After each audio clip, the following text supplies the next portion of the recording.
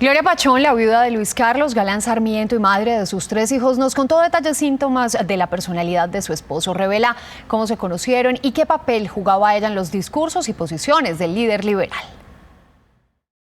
La de Gloria Pachón y Luis Carlos Galán fue una relación de secretos, pasión, admiración y complicidad.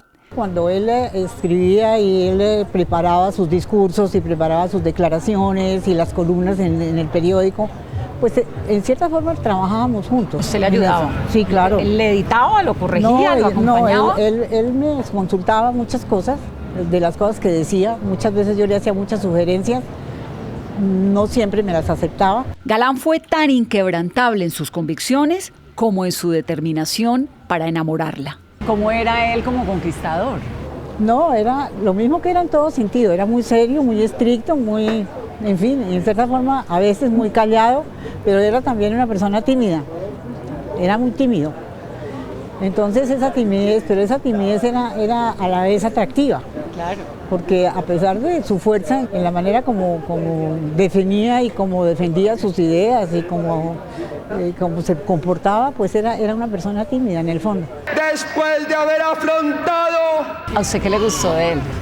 Su temperamento, su manera de ser, ¿no? Más que el físico, más que la apariencia física y en cierta forma el contraste de la personalidad que tenía, porque no era una persona tan estricta como parecía, tenía sentido del humor, hacía chistes cuando era posible.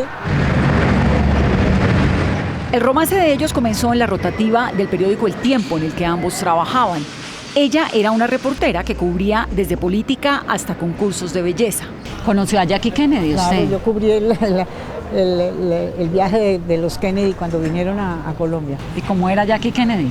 Así tal como está, como está ahí en la foto. Esta foto de la legendaria ex primera dama de Estados Unidos en Colombia hace parte del libro que Gloria Pachón acaba de publicar sobre su vida con Luis Carlos Galán. En él cuenta casi todo. En nombre del pueblo y en nombre de mi familia, que en sus manos encomendamos las banderas de mi padre, y que cuenta con nuestro respaldo para que sea usted el presidente que Colombia quería y necesitaba. ¿Quién escogió que las banderas del nuevo liberalismo, en ese momento, el día del entierro de Luis Carlos Galán, las asumiera César Gaviria? Bueno, ese es un secreto. Eso sí no lo puedo decir porque está en el libro y si lo digo... En una rotativa candente de noticias infames en plenos años 80, Luis Carlos y Gloria tejieron un romance a prueba de titulares. Cuando conocí a Luis Carlos, él tenía 23 años y yo tenía 31. No, usted era mayor que él. Claro. En esa época, una mujer mayor casarse con un joven menor, ¿cómo se vivía? ¿Cómo se veía en la sociedad bogotana? Bueno, eso, digamos que en esa época ya se había avanzado en este sentido. Si eso hubiera sido en el año 50, 60, no, habría sido una tragedia. Pero el problema no era eso fundamentalmente. El problema era que, pues, Luis Carlos era una persona que tenía mucho atractivo y que había muchas esperanzas de casarse con él. Entonces, era eso más que todo. Lo otro, no, pues sí, era un motivo y era pero no era eso, era más que todo... Era muy apetecido. Sí, exacto, era lo que ciertas personas que calculaban o pensaban para lo que debía ser para una persona como Luis Carlos. Sí, Galán era apetecido, la estrella política del momento, hasta que la maldad de Pablo Escobar acabó con su vida, con la esperanza de toda una nación. Ayer acabaron con Gaitán, hoy con Galán. Y se repite la historia.